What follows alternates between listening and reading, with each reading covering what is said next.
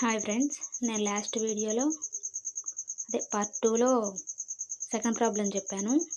ఇప్పుడు వచ్చేసరికి third problem చూస్తున్నానండి. ఇది 8.1లో 6th ప్రాబ్లం. ఇక్కడ మనకి ఏమి ఇచ్చారో చూడండి. If angle A and angle B are acute angles means less than 90 degrees. అంటే angle A and angle B both are less than 90 degrees such that cos A equal to cos B, cos A equal to cos B అయితే then show that angle A equal to angle B, cos A equal to cos B అయితే angle A equal to angle B అని prove చేయమంటున్నాడు. చూడండి, solution చూద్దాం. Suppose a triangle ABC, మనం angle A equal to angle B అని prove చేయమంటున్నాడు కాబట్టి మనం రైట్ యాంగిల్ అనేది సి దగ్గర తీసుకుందాం. Right angle at C.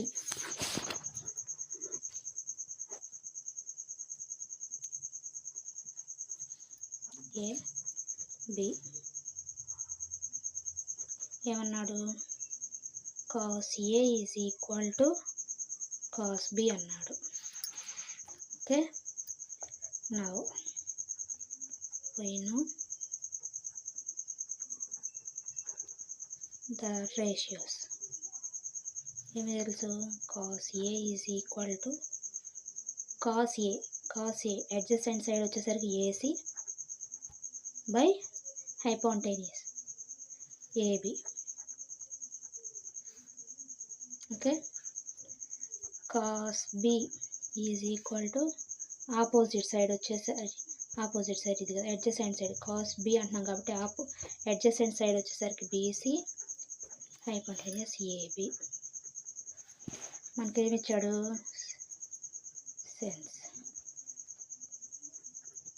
It is given cos A is equal to cos B.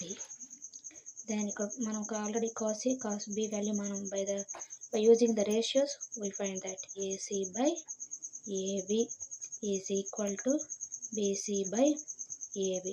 from this AB cancel, then AC equal to BC. we know that by association isosceles triangle AC equal to BC అంటే AC equal to BC అయింది.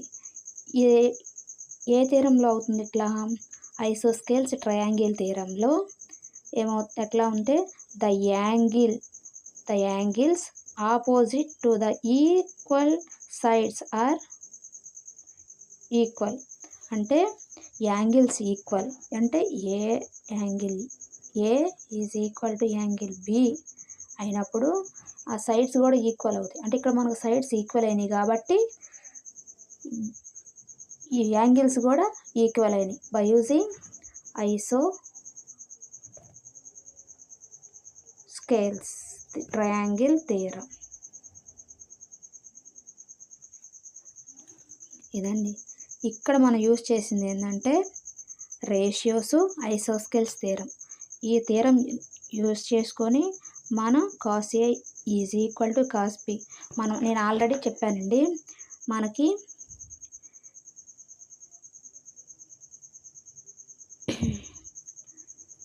cos A is equal to cos B, A angle B angle. A అనేది 45 degrees తీసుకున్నాను అనుకోండి, just అనుకోండి cos 45 is equal to cos B equal to 45. ఇక్కడ ఏమవుతుంది? √2 1/√2. నేను ఎందుకైనా 45 తీసుకోమన్నానంటే ఆల్రెడీ మనకు ఒకటి 90 అయింది. మనకి ఎక్కడ ఈక్వల్ 30 తీసుకున్నాం అనుకోండి, ఇంకో 30 అప్పుడు 60 మిగులుతుంది.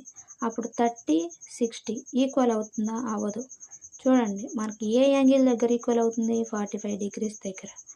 ఇది కూడా 45 degrees దగ్గర ఈక్వల్ అయింది. ద సైడ్స్ అనే యాంగిల్ కూడా మనం ఈజీగా చెప్పొచ్చండి. Angle A equal to angle B equal to 45 degrees. అక్కడ మాత్రమే ఇదంతా ప్రూవ్ అవుతుంది. అది